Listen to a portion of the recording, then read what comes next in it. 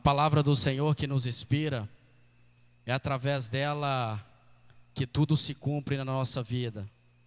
Porque sem Cristo nós não somos nada, nós não somos ninguém. É somente pela palavra do Senhor é que as coisas têm sentido em nossas vidas. Irmãos, eu quero nessa manhã compartilhar um texto da palavra de Deus que falou ao meu coração. Convido você a abrir a sua Bíblia em 1 Tessalonicenses. 1 Tessalonicenses, capítulo 5, de 11, versículos de 1 a 11. Tessalonicenses 5, versículos de 1 a 11. Diz assim a palavra de Deus nesta manhã: Irmãos, relativamente aos tempos e às épocas, não há necessidade de que eu vos escreva, pois vós mesmo estáis inteirados com precisão de que o dia do Senhor vem como ladrão de noite. Quando andares dizendo paz e segurança, eis que lhes sobrevirá repentina destruição, como vêm as dores de parto, a que está para dar a luz, e de nenhum modo escaparão. Vigiemos e sejamos sóbrios. Ora, os que dormem, dormem de noite, e os que se embriagam, é de noite que se embriagam. Nós, porém, que somos do dia, sejamos sóbrios, revestindo-nos da couraça da fé e do amor, e tomando como capacete a esperança da salvação, porque Deus não nos destinou para a ira, mas para alcançar salvação mediante o nosso Senhor Jesus Cristo, que morreu por nós, para que, quer vigiemos, quer durmamos, vivamos em união com Ele. Consolai-vos, pois, uns aos outros, e edificai-vos reciprocamente, como também estáis fazendo. Oremos, querido. Soberano e eterno Deus que estás no céu, Pai de amor, grandes coisas o Senhor tem feito no meio do teu povo. Pai, agora a igreja do Senhor, ó Pai, vai ouvir a tua palavra. Deus, que eu seja simplesmente um instrumento do Senhor neste púlpito, que a tua palavra fale ao nosso coração. Essa é a oração que fazemos no nome santo de Jesus. Amém. Meus amados, a carta de 1 a Tessalonicenses foi escrita pelo apóstolo Paulo. Paulo escreveu essa carta na sua segunda viagem missionária. E ele escreveu essa carta estando na cidade de Corinto, onde Silas e Timóteo haviam se juntado a ele. Silas e Timóteo eram remetentes também dessa carta.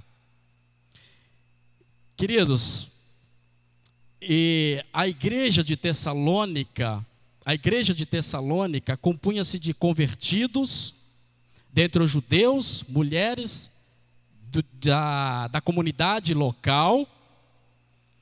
Portanto, o alvo principal da epístola de Paulo foi proporcionar encorajamento, especialmente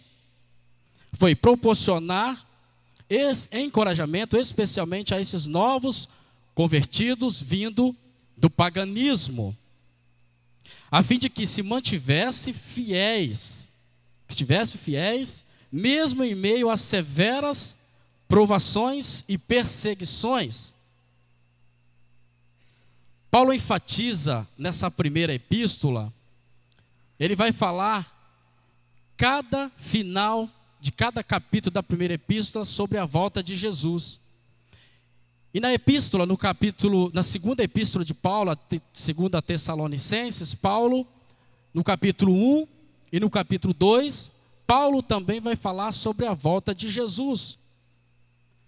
Era algo interessante, porque o povo era um povo, maioria pagã, e tinha passava esses ensinamentos para o povo cristão daquele contexto. E Paulo exatamente vem para combater esse paganismo sobre a volta de Jesus. Na segunda parte do capítulo 4, se você quiser ler, Paulo responde à pergunta dos crentes sobre a situação das pessoas que morreram em Cristo. Por causa dos ensinamentos sobre a morte que os pagãos ensinavam naquela comunidade, os crentes começaram a ficar preocupados para os que já foram, os que faleceram. E Paulo exatamente responde essa questão, dizendo que aqueles que morreram em Cristo, aqueles que já foram, também serão ressuscitados com Cristo no dia do arrebatamento, no dia da volta de Cristo. E eles não precisavam ficar preocupados quanto a isso. No capítulo 5, os crentes continuavam a perguntar. E perguntaram para Paulo sobre a questão do tempo.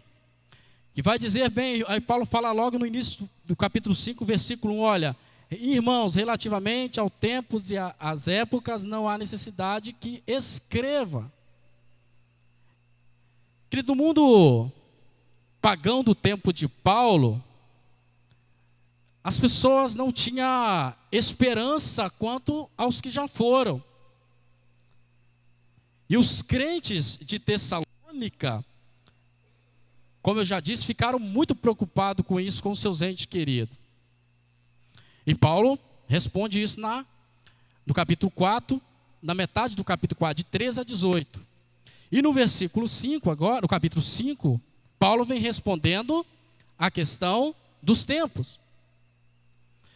E o primeiro ensinamento que eu aprendi nesse texto, é que Paulo vai falar das atitudes do cristão com relação à segunda volta de Cristo. As atitudes que o cristão deve ter com a segunda volta de Cristo.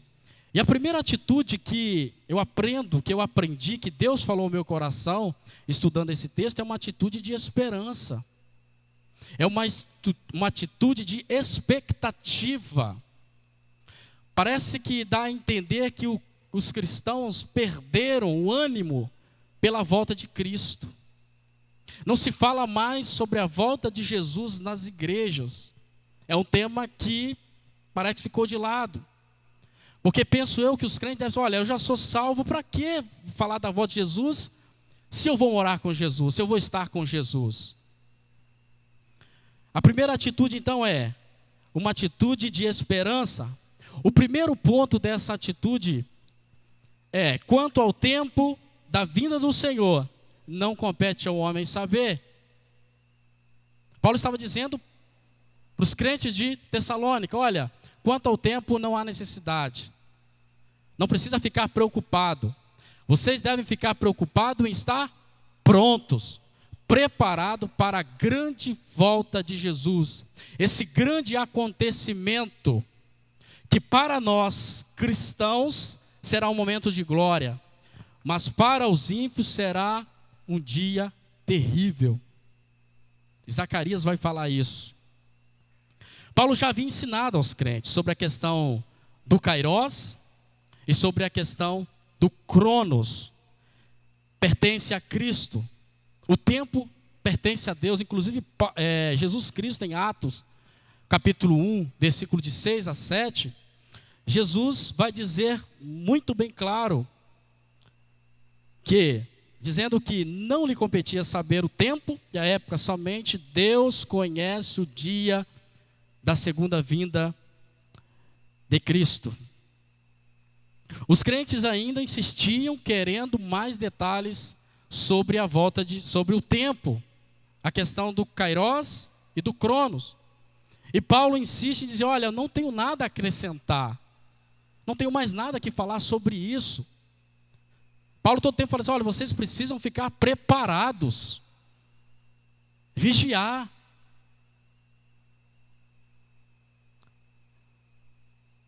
Queridos, alguns cristãos têm ficado preocupados, estão tão preocupados com os sinais da volta de Jesus, ou aliás, não estão preocupados com a volta de Jesus, ou muitos estão preocupados com a volta de Jesus, esquece talvez de fazer a obra do Senhor, de fazer a obra de Deus. Há igrejas que ela faz parte da sua doutrina falar sobre a volta de Jesus, e nós conhecemos bem isso, essas igrejas. É importante, como estou pregando aqui hoje sobre a volta de Jesus, mas ficam também preocupados com o tempo, o dia, a hora. E nós conhecemos, creio que muitos aqui conhecem a história de Guilherme Miller, um pastor batista, que no ano de 1843, segundo o estudo que ele fez no capítulo 8 de Daniel, no versículo 14, ele vai ter uma revelação, e ali é revelado a ele que Cristo iria voltar em pessoa. E esta profecia cai por água abaixo. Jesus não voltou. Ele disse que ele errou por um ano, em 1844 foi a outra data, mais uma vez fracassou. E depois, posteriormente, ele outra data e não concretiza. Porque Jesus está dizendo, cabe somente a Deus que estás no céu a data da volta de Jesus. Segundo ponto dessa atitude de esperança, a volta de Jesus será muito rápida, repentina. O ladrão, no versículo, nessa estudo que nós estamos fazendo no capítulo 5, vai falar da figura do ladrão. E o ladrão, ele vem de forma repentina na sua casa. O ladrão não manda uma carta dizendo a hora, o dia que ele irá chegar na nossa casa. Assim também será a volta de Cristo, algo muito rápido. Por isso que Paulo fala, olha, não se preocupe com o tempo, mas se preocupe em se preparar para a grande volta de Jesus. É por isso que Paulo bate nessa tecla, porque a volta de Jesus é muito rápida. A vinda de Jesus será como um relâmpago que sai do Oriente e se mostra no Ocidente. É abrir e fechar de olhos. É algo que nós devemos vigiar, nos preparar. Terceira ponto dessa primeira atitude, a volta de Jesus é algo inesperado. É algo rápido e algo inesperado. O ladrão toma o proprietário da casa de surpresa. Ele não avisa que vai chegar na nossa casa. Amanhã, tal hora, lhe farei uma visita. Não é assim. Ele não fala assim, olha, amanhã, tal hora eu vou fazer uma visita. Não. Ele não avisa. É algo inesperado, queridos. E aí ele diz assim, olha e esconda lá os seus bens, os seus valores, que eu estou chegando aí. Não é bem assim. É repentino. Assim será também a volta do Senhor Jesus. Na volta de Jesus, querido, pode ter certeza de uma coisa, que muitos vão estar despreparados. O mundo não vai estar atento à volta de Jesus.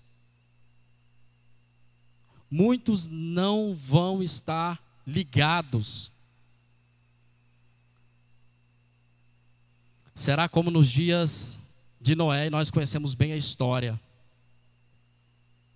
Será como nos dias de Noé.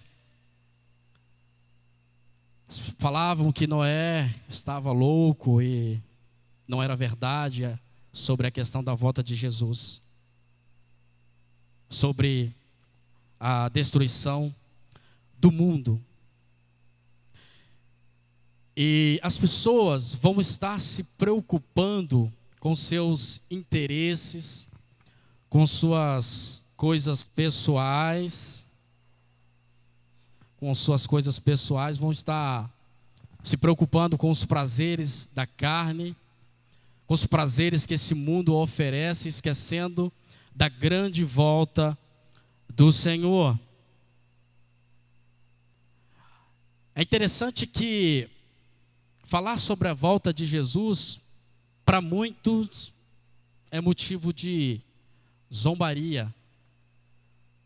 Porque as pessoas se perguntam, olha, desde a época dos profetas, desde muitos anos, vem se falando sobre a volta de Jesus.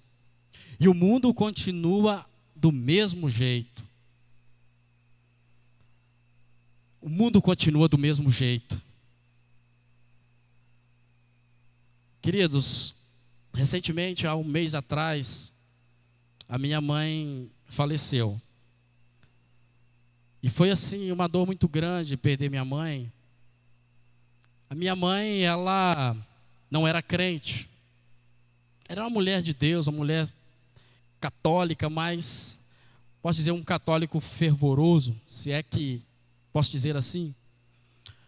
E eu tive a oportunidade de falar para minha mãe sobre a vinda do Senhor. Eu disse para ela que se ela não se convertesse ao Evangelho, à palavra do Senhor, não tinha outro caminho, seria o inferno. E falei sobre a salvação, falei sobre o novo nascimento para minha mãe, e ela olhou para mim e disse, filha, eu entendi a mensagem de Cristo. E aquilo me trouxe um conforto tão grande, saber que a minha mãe aceitou Jesus como Senhor e Salvador. Queridos, nós precisamos falar sobre a volta de Jesus. Precisamos mostrar para os não crentes, para os ímpios, que se eles não se arrependerem dos seus pecados, esse grande dia virá e será terrível. Será um dia de choro para o ímpio. Será um dia de sofrimento para o ímpio. Será um dia de muita dor para o ímpio. E nós, como crentes cristãos, nós temos a obrigação e o dever de pregar o Evangelho para essas pessoas. Eu creio que nós não queremos que essas pessoas vão para o inferno, porque quando chegar o dia do Senhor, elas estejam preparadas, como nós cristãos também devemos estar preparados. A segunda vinda do Senhor, querido, será inevitável. Será como a mulher que sente a dor de parto. É algo inescapável. É algo que não tem como, ela vai sentir aquela dor da contração. É algo que não terá escapatória. Não tem como fugir da volta de Jesus. Jesus vai voltar e levar a sua igreja. Jamais os ímpios escaparão desse dia. Jamais os ímpios escaparão desse dia. Será um dia, como eu disse, de muita dor. Será um dia de sofrimento. Zacarias, no capítulo 14, no versículo de 1 a 8, vai falar sobre o sofrimento da dor do ímpio. Vai falar sobre esse terrível dia.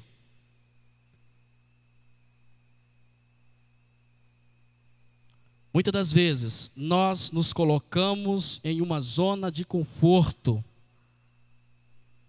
E parece que dá a entender que nós não estamos nem aí para as pessoas do mundo.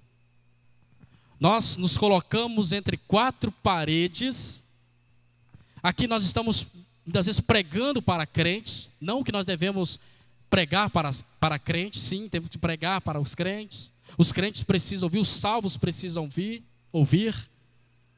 Mas nós precisamos sair da nossa zona de conforto e ir para o mundo, pregar o Evangelho. Não é isso que Jesus ensinou lá em Mateus 28?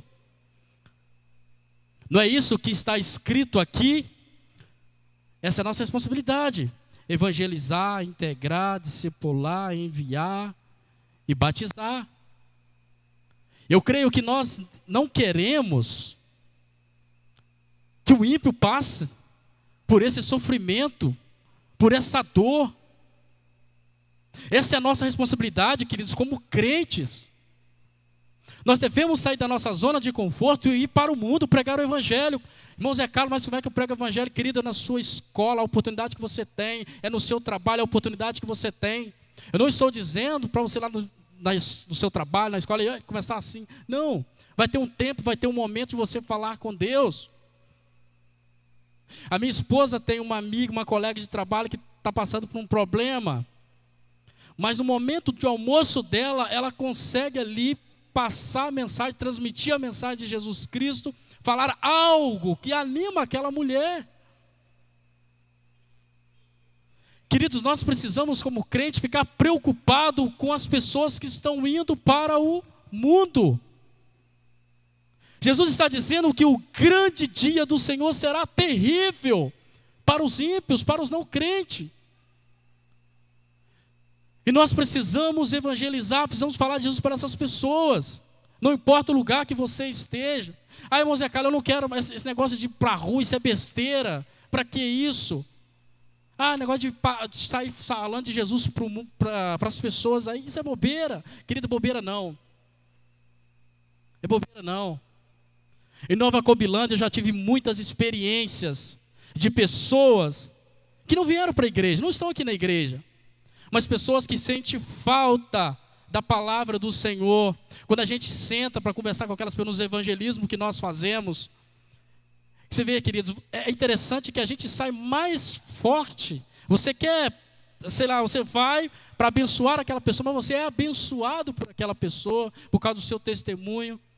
E ela fica feliz, olha, muito obrigado pela preocupação que vocês tiveram comigo, carinho que vocês têm, de trazer a palavra, de conversar com a gente.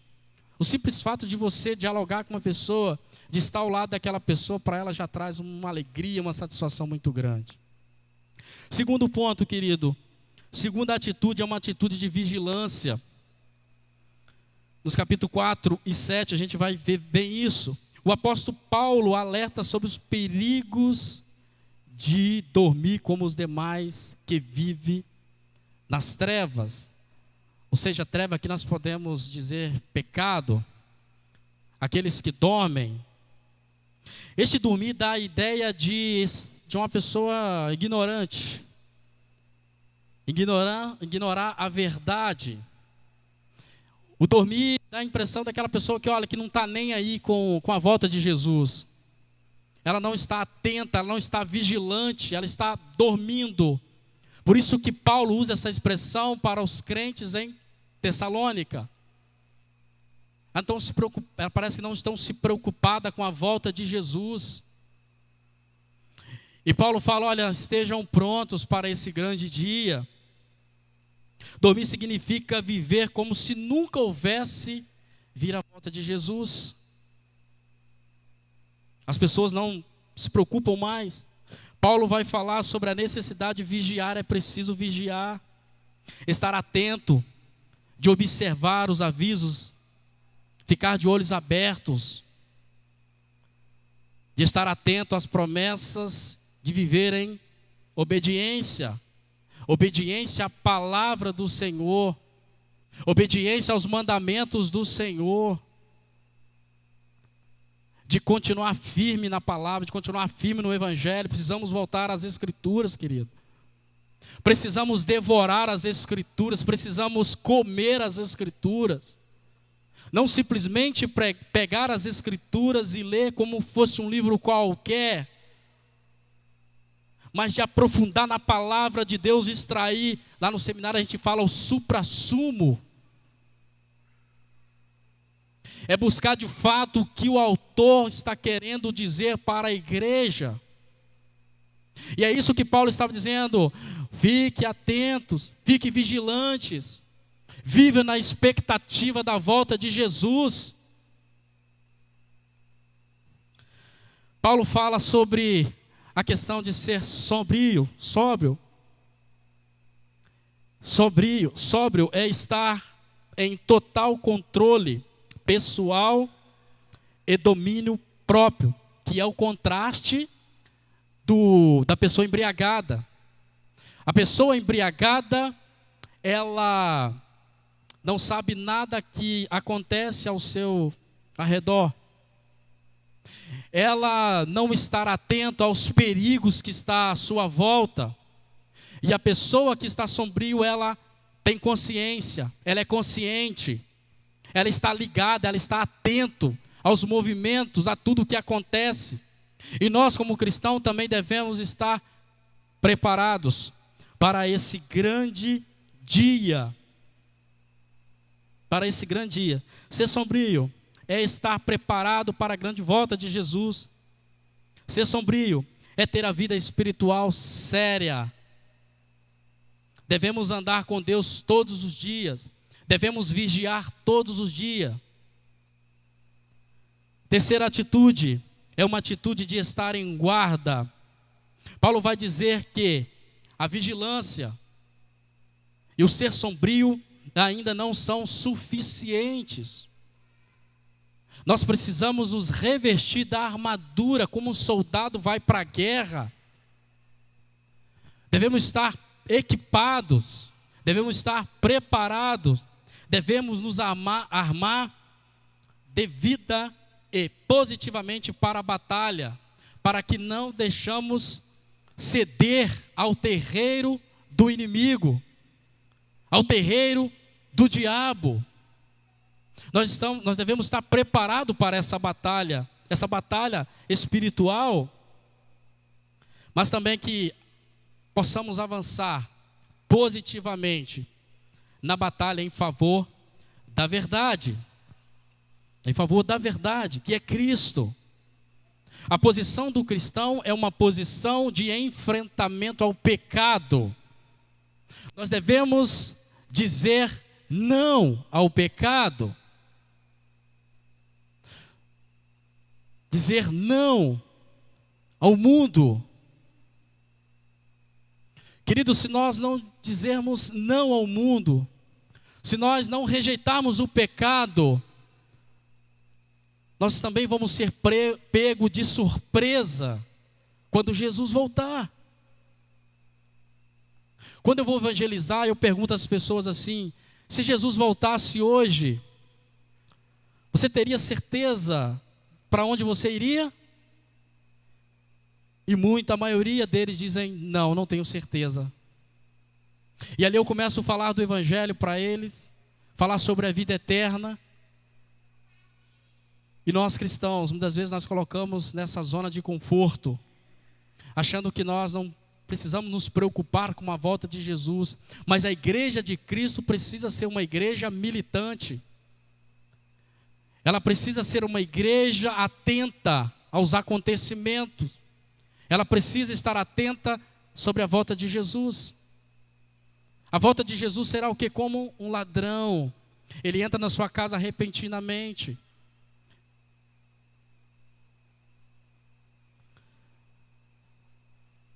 Queridos, é preciso guardar a vinda de Cristo, revestindo-nos de 3 virtudes que o próprio texto nos apresenta: fé, esperança e amor. Devemos entrar no campo de batalha para ter uma fé viva e operante que nos faça agir em nome de Jesus. Que a nossa fé possa ser uma fé forte, uma fé viva.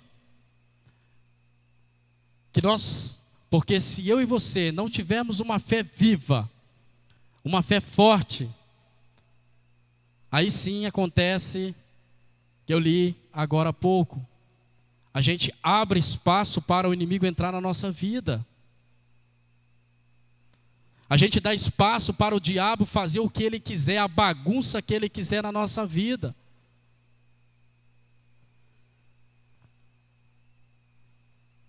Queridos, Que Jesus possa de fato fazer morada em nossa vida.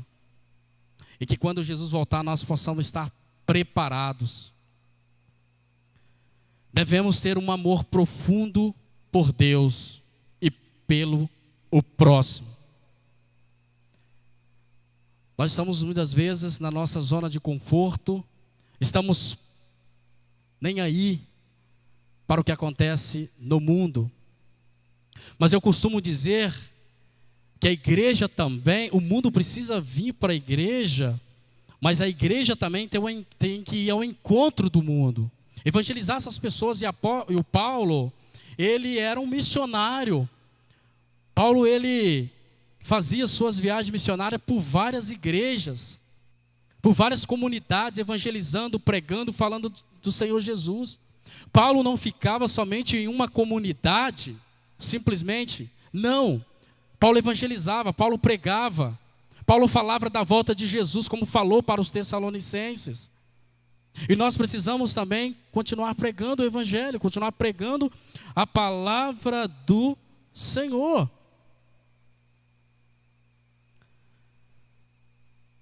É uma esperança gloriosa da salvação que nos está preparada. Que a nossa fé possa ser uma fé viva. O nosso amor não seja um amor fingido, mas que seja um amor verdadeiro para com todos, para com os irmãos. É interessante, irmãos, que infelizmente há crentes que não suportam um ao outro. Há crente que está dentro da igreja, mas está com amor fingido. Fingido. Não está nem aí com o outro. Aí eu vou sentar naquela cadeira porque o irmão X ou Y está ali. Como? E Paulo está dizendo, olha, para vocês guardar a breve volta de Jesus, vocês precisam estar um amor sem fingimento, como diz lá em 1 Coríntios capítulo 3, vai falar sobre essa questão. E que nós possamos ter um amor verdadeiro, primeiramente com Cristo. E que nós possamos ter um amor verdadeiro, um amor sem fingimento para com nós mesmos. Se eu não consigo amar o meu irmão que está do meu lado, imagine os que estão lá fora. Imagine aqueles que estão lá precisando de ouvir uma palavra de amor, conforto, carinho, sei lá. Que nós possamos estarmos preparados dessas três virtudes, da fé, do amor e da esperança. E essa esperança é a esperança em Cristo. Porque a nossa vida não se resume a esse mundo, a essa pátria. O nosso galardão está no céu, na vida eterna. É por isso que Paulo está dizendo, olha, estejam prontos, igreja de Tessalônica. Fique atento, porque a morada de vocês não é aqui. Isso aqui é passageiro. Queridos, quarta e última atitude é uma bênção vinda do Senhor. A nossa salvação, ela vem através e unicamente de Jesus Cristo. A salvação não é concebida por méritos ou por obras, mas é exclusivamente por Cristo. A salvação vem de Deus. E nessa passagem é interessante perceber que existe dois pontos interessantes. Aqui a salvação ela se mostra como negativa e positiva, mas eu vou explicar isso. Negativamente a salvação é o livramento da ira, daquele terrível dia. Porque se eu e você não fôssemos salvos por Jesus Cristo, ai de nós, ai de nós. Irmãos, há crentes que acham que é grandes coisas. Há crentes que acham que é melhor do que o outro. Há crentes que acham que está pisando sobre carne seca, sobre aquela expressão sobre carne seca, um negócio assim. Mas, irmãos, nós não somos nada, nada. Se não fosse a morte de Jesus Cristo na cruz, nós estávamos condenados à ira de Deus, estávamos condenados a morrer nos nossos pecados. É por meio de Jesus é que nós somos salvos, nós não somos ninguém, é pela morte de Cristo na cruz do Calvário. Muitas vezes as pessoas não entendem isso. Não é por mérito, nem pelas obras, como muitas igrejas pregam por aí. É único e exclusivamente por Cristo.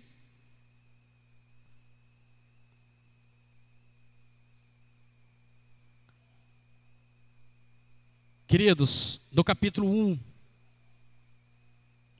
dessa carta, Paulo nos informa que os salvos não foi destinado para a ira.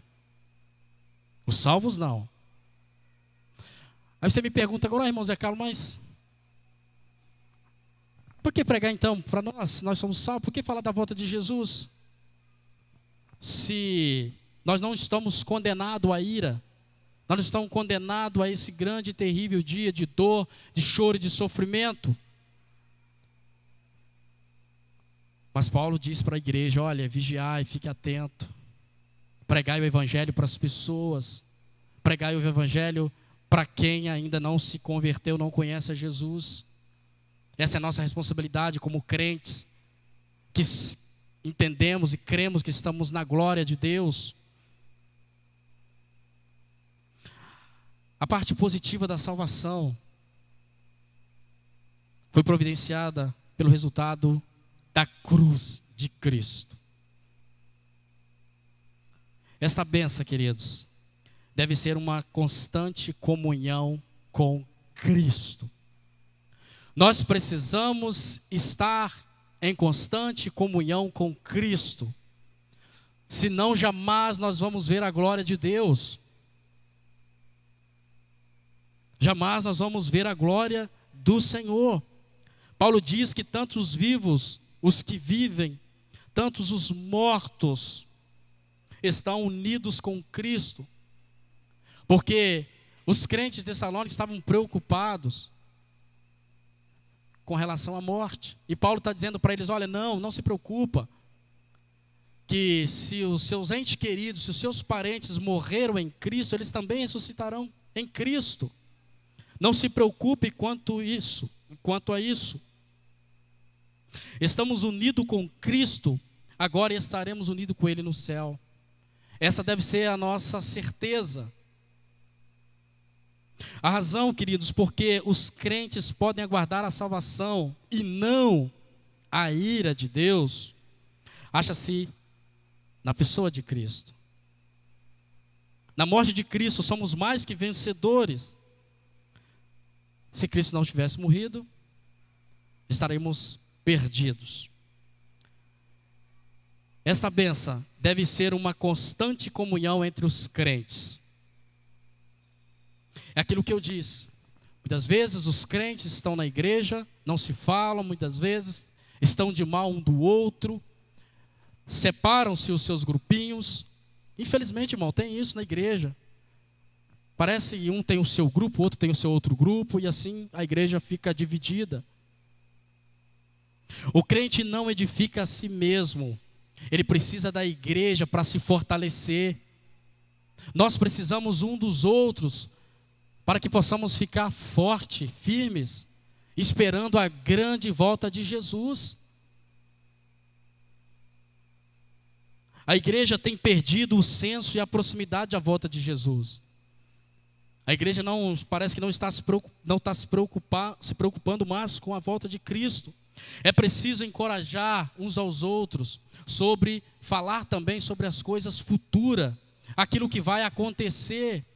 Vai falar também sobre os princípios da volta de Jesus. É preciso falar sobre esse assunto, irmãos. E para concluir, queridos, muitos cristãos encontram-se em situação tão confortável aqui na terra que raramente pensam ir para o céu. Ah, para que ir para o céu? Aqui está bom. Eu tenho comida, eu tenho bebida, eu tenho uma ótima casa, eu tenho um bom emprego, eu tenho um bom salário. Para que ir para o céu? Estou tranquilo aqui. Não preciso ir para o céu, não. Não preciso me preocupar com isso, não. Mas é preciso sim, querido. É preciso se preocupar porque a nossa pátria não é aqui. E Jesus nos promete uma cidade santa, a Canaã celestial. Ele nos promete algo que foge da nossa imaginação. Você talvez pode imaginar ou tentar imaginar como é essa cidade santa, mas não consegue. Por mais que a Bíblia descreve, eu creio que é muito mais do que está ali. Eu creio que é algo muito especial, foge do nosso pensamento humano. Aqui na terra, né, raramente as pessoas vão pensar, se preocupar com isso. Não se lembram de que um dia deverão apresentar-se no tribunal, o tribunal de Cristo. Lembrar que Cristo está voltando contribui para o nosso ânimo. Contribui para o nosso ânimo. Isso nos fortalece. Entender que Jesus está voltando. Isso nos dá ânimo, isso nos dá alegria. Queridos, que nesta manhã nós possamos estar ligado, estar atento à volta de Jesus. Brevemente Jesus irá voltar e ele vai levar a sua igreja. E que nós, igreja do Senhor, precisamos estar preparados, estarmos ligados a essa grande volta de Jesus. Quero orar nesta manhã, terminar orando. Convido você a baixar sua cabeça, vamos falar com Deus. Pai Santo, Pai de amor, muito obrigado, Jesus, porque o Senhor nos ama. E o Senhor demonstrou esse grande amor na cruz do Calvário, enviando o seu Filho Jesus Cristo por amor a nós, Pai.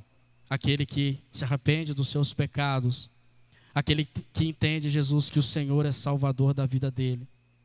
Jesus, muito obrigado, porque sem o Senhor, nada disso seria possível. Nada seria, Pai. Muito obrigado, Cristo, por esse amor. Obrigado pela vida desta igreja. Pai, que a nossa igreja possa ser uma igreja forte, que ela possa continuar pregando o Evangelho aqui neste púlpito. Abençoe, Pai, os pregadores desta igreja. Abençoe as crianças dessa igreja. Abençoe os idosos dessa igreja. Abençoe o povo dessa igreja. E que nós, Pai, possamos estar preparados para esse grande dia, que para nós cristãos será um dia de glória. Obrigado, Cristo. Mas também, Senhor, nos ensina, nos capacita, dá-nos sabedoria, ó Deus, para pregar o Evangelho às pessoas que ainda não aceitaram Jesus e não conhecem Jesus. A Deus, para que elas possam, Deus, não enfrentar esse grande dia, esse terrível dia que será para elas. Obrigado, Senhor. Assim eu oro, agradecido no nome de Jesus. E que Deus nos abençoe.